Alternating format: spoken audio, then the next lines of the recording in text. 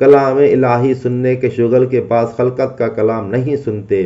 غرض ان میں اور عام خلقت میں زمین و آسمان کا فرق ہے۔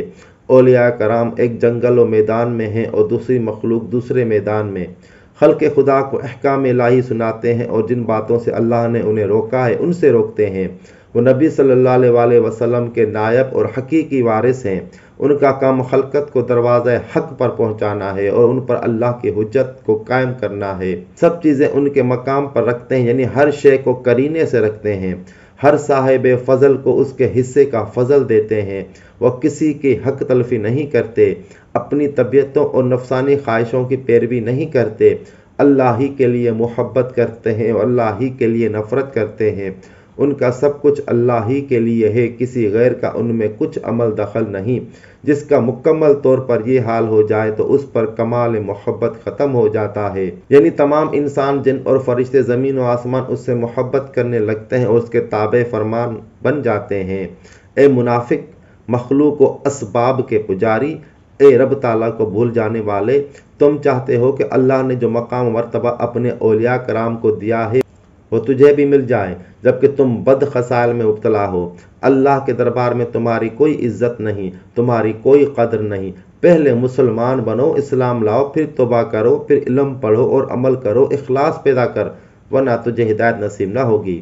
تم پر افسوس ہے، مجھے تم سے کوئی دشمنی نہیں، سوائے اس بات کے کہ میں تجھ سے حق بات کہتا ہوں اور اللہ کے دین کی تعمیل میں تم سے نہیں ڈرتا۔ میں نے مشائخ عظام کے کلام کی سختی اور سفر و فقر کی مشقت میں پرورش پائی ہے۔ جب میں تمہیں مخاطب کر کے کوئی کلام کروں تو اسے اللہ کی طرف سے سمجھو، اس لیے کہ اسی نے مجھ سے کہلوایا ہے۔ جب تم میرے پاس آؤ تو اپنے آپ سے، اپنے نفس سے، اپنی خواہشوں سے خالی ہو کر آؤ۔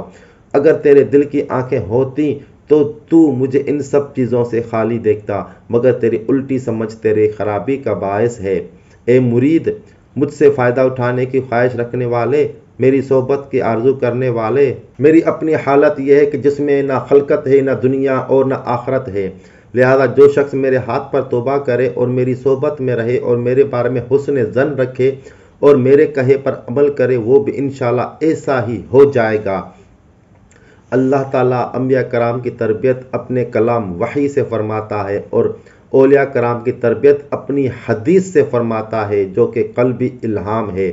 اولیاء کرام اور انبیاء کرام کے وصی اور خلفاء اور بچے ہیں۔ اللہ تعالیٰ کلام کرنے والا ہے، کلام کرنا اس کی صفت ہے۔ اللہ تعالیٰ نے موسیٰ علیہ السلام سے کلام کیا۔ خالق علام الغیوب نے کلام کیا، کسی مخلوق نے نہیں۔ خالق نے موسیٰ علیہ السلام سے بلا واسطہ ایسا کلام کیا جو انہوں نے سمجھ لیا اور یہ کلام ان کی عقل تک پہنچ گیا۔ اللہ تعالیٰ نے ہمارے نبی حضرت محمد صلی اللہ علیہ وسلم سے بھی بلا واسطہ کلام فرمایا۔ یہ قرآن مجید ایک مضبوط رسی ہے جو تمہارے اور رب کے درمیان تنی ہوئی ہے، جسے جبرائیل علیہ السلام نے اللہ کے پاس سے آسمان سے آپ صلی اللہ علیہ وسلم پر اتارا، جیسا کہ اللہ نے فرما دیا اور اس جبرائیل نے خبر دے دی۔ اس بات کا انکار جائز نہیں۔ اللہم اہد الکل وتب علی الکل وارحم الکل، الہی سب کو ہدایت دے اور سب کی توبہ قبول کر اور سب پر رحم فرما۔ امیر المؤمنین معتصم باللہ سے حکایت ہے کہ جب اس کی موت کا وقت قریب آیا تو اس نے اس بات کا اقرار کرتے ہوئے توبہ کی، واللہ میں اللہ کی بارگاہ میں اس ظلم سے توبہ کرتا ہوں جو میں نے امام احمد بن حنبل علیہم الرحمہ کے حق میں کیا تھا، باوجود اس کے کہ میں خود اس ایذا رسانی کا بانی نہ تھا، میرے علاوہ اور لوگ تھے جو اس کا سبب بنے تھے۔ اے مسکین، جس معاملے میں بات کرنے کا فائدہ نہیں اس میں بات نہ کر، مذہب کے بارے میں بے جا تعصب کو چھوڑ دے اور ایسے کام میں لگو جو دنیا و آخرت میں فائدہ دے۔ تمہیں بہت جلد اپنی خبر معلوم ہو جائے گی، پھر میری بات کو یاد کرے گا، اور بہت جلد نیزہ بازی کے وقت دیکھ لو گے کہ سر پر خود نہ پہنا ہو تو سر پر کتنے کاری زخم لگتے ہیں۔ اپنے دل کو دنیا کی سوچوں اور غموں سے خالی کر دو، کیونکہ عنقریب تم سے ان کی پوچھ گچھ ہوگی۔ یا تو دنیا سے چلا جانے والا ہے، دنیا میں عیش و آرام کی زندگی کی تمنا مت کر، وہ تیرے ہاتھ نہ لگے گی۔ رسول اللہ صلی اللہ علیہ وسلم نے فرمایا کہ العیش عیش الآخرہ، عیش بس آخرت کی عیش ہے۔ اپنی امید کو گھٹا دے کہ اس سے تجھے دنیا میں زہد حاصل ہو جائے گا، کیونکہ زہد کی معنی یہی ہے کہ اپنی امید کو گھٹا دینا۔ بروں کی دوستی چھوڑ دے، تجھ میں اور ان میں جو تعلق ہے اسے توڑ دے اور نیکوں کے ساتھ ناتا جوڑ لے۔ اگر بروں میں اپنا کوئی قریبی ہو تو اس سے بھی الگ ہو جا، اگر کوئی دور والا نیکوں میں سے ہو تو اس سے واسطہ بنا لے۔ جس سے تم محبت کرو گے اس کے اور تمہارے بیچ قرابت ہو جائے گی۔ جس سے تو دوستی کرنا چاہتا ہے اسے آزما لے، پرکھ لے۔ کسی بزرگ سے پوچھا گیا کہ قرابت کیا چیز ہے؟ فرمایا محبت۔ جو چیز تیرے نصیب میں ہے اور جو نصیب میں نہیں، دونوں کی طلب چھوڑ دے۔ نصیب کی آرزو کرنا بے فائدہ اور بیکار ہے کہ وہ تو خود ہی بن مانگے ملے گی، اور جو چیز نصیب میں نہیں اس کی تمنا کرنا جان کا عذاب اور رسوائی ہے۔ اسی لیے رسول اللہ صلی اللہ علیہ وسلم نے ارشاد فرمایا، من جملتی عقوبات اللہ عز وجل لعبدہ طلب ما لم یقسم لہ۔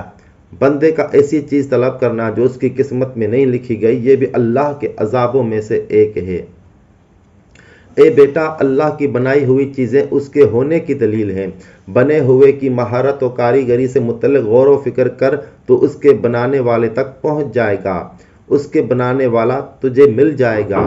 صاحب ایمان و یقین عارف کامل کی دو آنکھیں ظاہر میں ہیں اور دو باطن میں ہیں۔ وہ ظاہری آنکھوں سے زمین پر پیدا ہونے والی چیزیں دیکھتا ہے اور باطنی آنکھوں سے آسمان میں پیدا ہونے والی چیزیں دیکھتا ہے۔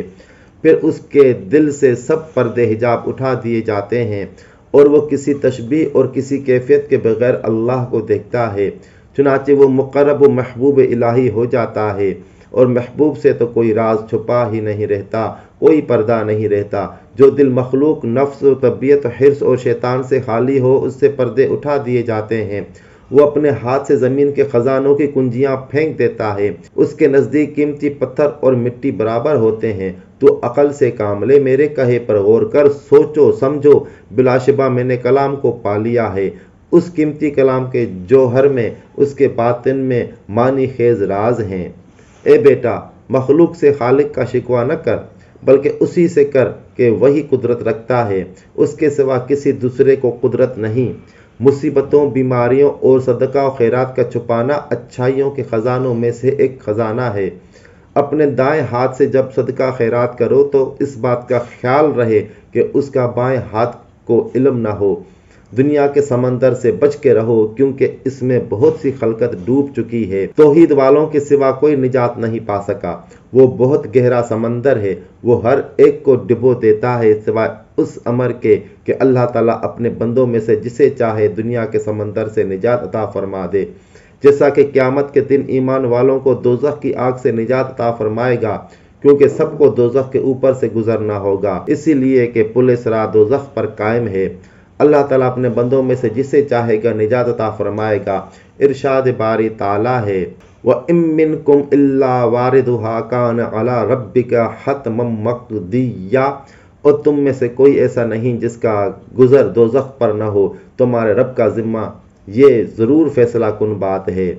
دوزخ کی آگ سے اللہ تعالیٰ فرمائے گا کہ تو سرد اور سلامتی والی ہو جا، تاکہ میرے بندے جو مجھ پر ایمان لائے، میرے لیے اخلاص رکھنے والے، میری طرف رغبت رکھنے والے، میرے ساتھ رہ کر غیر کو چھوڑ دینے والے، تیرے اوپر سے با امن گزر جائیں۔ یہ ارشاد الہی ویسا ہی ہوگا جیسا کہ نمرود کی آگ کو حکم ہوا جو اس نے حضرت ابراہیم علیہ السلام کو جلانے کے لیے جلائی تھی۔ ارشاد الہی یہ تھا، یا نارو کونی برداً و سلاماً علی ابراہیم۔ اللہ تعالیٰ نے جب دنیا کے سمندر سے کسی کو نجات دینا ہوتی ہے تو ارشاد فرماتا ہے، یا بحر الدنیا امانا لا تغرق هذا العبد المراد المحبوب فینحو منہ۔ اے دنیا کے سمندر، میرے اس محبوب و مراد بندے کو نجات دے، اسے غرق نہ کر۔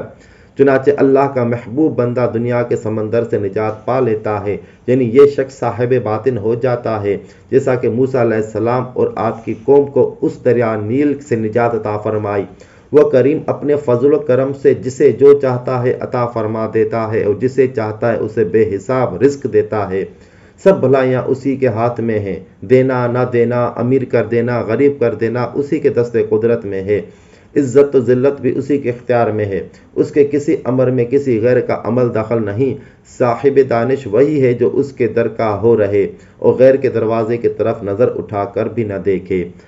مگر اے بدبخت، میں دیکھتا ہوں کہ تو مخلوق خدا کو راضی کرتا ہے اور اللہ کو خفا دنیا کی عمارت کھڑی کر کے آخرت کو برباد کرنے پر تلا ہوا ہے۔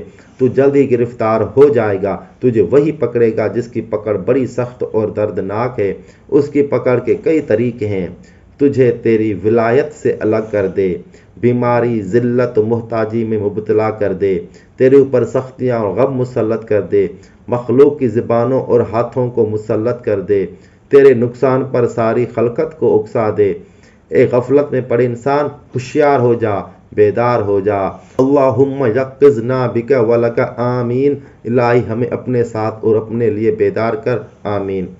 اے بیٹا، تو دنیا کی طلب میں ایسا نہ بن جا جیسے کوئی رات کے اندھیرے میں لکڑیاں جمع کرنے والا ہوتا ہے۔ وہ نہیں جانتا کہ اندھیرے میں اس کا ہاتھ کہاں جا پڑے اور اس کے ہاتھ کیا لگ جائے۔ میں دیکھ رہا ہوں کہ تو اپنے دھندے میں رات کو لکڑیاں جمع کرنے والے کی طرح ہے۔ رات بھی اندھیری ہے، چاندنی نہیں، اور لکڑیاں جمع کرنے والے کے پاس روشنی مشعل بھی نہیں۔ وہ ایسے ریگستان میں جہاں گھنی جھاڑیاں ہیں اور مار دینے والے موذی جانور بھی ہیں۔ ہو سکتا ہے کہ کوئی موذی سانپ یا بچھو اسے ڈھس لے۔ اندھیرے میں ممکن ہے لکڑی کے دھوکے میں سانپ پر ہاتھ ڈال دے۔ تجھے چاہیے کہ تو لکڑیاں دن کو جمع کرے، یعنی غفلت چھوڑ کر ہوشیاری سے کام کر، کیونکہ آفتاب کی روشنی تجھے ایذا دینے والی چیزوں پر ہاتھ ڈالنے سے بچائے رکھے گی۔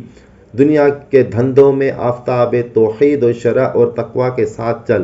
یہ آفتاب تجھے نفس کی خواہشوں، حرص و شیطان اور غیر کے جال میں پھنسنے سے بچاتا رہے گا اور دنیا کی سیر میں جلد بازی کرنے سے تجھے روکے گا۔ تجھ پر افسوس ہے، جلدی نہ کر۔ جس نے کام میں جلدی کی یا خطا کی یا اس سے قریب ہوا، اور جو سوچ سمجھ کر سنبھل کر آہستگی سے چلا، وہ مراد کو پہنچا یا اپنی مراد کے قریب ہوا۔ جلدی کا کام شیطان سے منسوب ہے اور آہستگی سے کام کرنا رحمان کی طرف سے ہے۔ دنیا جمع کرنے کی حرص اکثر تمہیں جلد بازی عجلت پر اکساتی ہے۔ قناعت سے کام لے، اس لیے کہ قناعت ایسا خزانہ ہے جو کبھی ختم ہونے کا نہیں۔ جو چیز تمہاری قسمت میں نہیں، اس کی تمنا کیوں کرتے ہو؟ وہ تمہارے ہاتھ کبھی نہ لگے گی۔ اپنے نفس کو روکو اور رب کی رضا پر شاکر رہو۔ اس کے غیر سے کوئی واسطہ نہ رکھو۔ انہی باتوں کا التزام کر یہاں تک کہ تو خدا شناس ہو جائے، تب تو ہر چیز سے بے پرواہ و بے نیاز ہو جائے گا۔ تیرا دل معرفت کے اسرار سے آشنا ہو جائے گا اور باطن صفا ہو جائے گا، اور رب تعالیٰ تجھے تعلیم دے گا۔ چنانچہ تمہارے سر کی آنکھوں میں دنیا، دل کی آنکھوں میں آخرت، باطن کی آنکھوں میں ما سوا اللہ ذلیل ہوں گے۔ تمہارے نزدیک اللہ کے سوا کسی چیز کی عظمت، قدرت و منزلت نہ رہے گی۔ ایسے میں تم سب خلقت کے نزدیک صاحب عظمت ہو جاؤ گے۔ بیٹا، اگر تم چاہتے ہو کہ تمہارے سامنے کوئی دروازہ بند نہ رہے تو اللہ سے ڈرو، کیونکہ خوف خدا ہر بند دروازے کی چابی ہے۔ ارشاد باری تعالیٰ ہے، وَمَن يَتَّقِ اللَّهَ يَجْعَل لَّهُ مَخْرَجًا وَيَرْزُقْهُ مِنْ حَيْثُ لَا يَحْتَسِبُ۔ جو شخص خوف خدا کرتا ہے، اللہ اس کے لیے نجات کی راہ نکال دے گا اور اسے وہاں سے روزی دے گا جہاں کہ اس کا گمان بھی نہ ہو۔ تو اللہ کی تقدیر سے اپنے نفس اور کنبے مال اور دنیا کے دوستوں کے بارے میں موازنہ مت کیا کر۔ کیا تجھے اس کی ذرا بھی حیا نہیں کہ تو اللہ پر حکم چلاتا ہے کہ اس کی تقدیر کو بدل دے، اس کے حالات کو بدل دے؟ کیا تو اس سے بڑا حاکم ہے، زیادہ علم رکھتا ہے، زیادہ رحمت والا ہے؟ نہیں، ہرگز نہیں۔ تو بھی اور ساری خلقت بھی اس کے عاجز بندے ہیں۔ وہی تمہاری اور ساری خلقت کی حسن تدبیر کرنے والا ہے۔ اگر تم دنیا و آخرت میں اس کی صحبت میں، مصاحبت میں رہنا چاہتا ہے تو سکون اور خاموشی کے ساتھ لب بستہ ہو جا، زبان پر تالا لگا دے۔ اولیاء اللہ کے سامنے با ادب ہیں، اس کے حضور کسی قسم کی بیجا حرکت نہیں کرتے جب تک اس کی طرف سے ان کے دلوں کو واضح حکم نہ آ جائے۔ وہ ایک قدم بھی اٹھانے کے روادار نہیں۔ وہ مباح چیزوں سے نہ کوئی چیز کھاتے ہیں، نہ پیتے ہیں، نہ نکاح کرتے ہیں، نہ اپنے اسباب کو برتتے ہیں، جب تک الہام کے ذریعے ان کے دلوں میں اس کی واضح اجازت نہ مل جائے۔ وہ اللہ کی ذات کے ساتھ قائم ہیں، جو ذات دلوں اور نگاہوں کو پلٹنے والی ہے۔ انہیں اپنے رب کے بغیر قرار ہی نہیں، حتیٰ کہ دنیا میں وہ دلوں کے ساتھ چلتے ہیں اور آخرت میں اپنے جسموں کے ساتھ ملیں گے۔ اللہم ارزقنا لقائک فی الدنیا والآخرۃ لذذنا بالقرب منک والرؤیۃ لک اجعلنا ممن یرضی بک عما سواک وآتنا فی الدنیا حسنۃ وفی الآخرۃ حسنۃ وقنا عذاب النار۔ یا الہی دنیا اور آخرت میں اپنی ملاقات ہمارے نصیب کر، اپنی قربت اور زیارت سے ہمیں لذت عطا فرما، ہمیں ان لوگوں میں سے کر دے جو تیرے ما سوا کو چھوڑ کر تجھ سے راضی ہیں، اور ہمیں دنیا میں بھلائی عطا فرما اور ہمیں آخرت میں بھلائی عطا فرما اور ہمیں دوزخ کے عذاب سے بچائے لیو، آمین۔ وآخر دعوانا ان الحمد للہ رب العالمین۔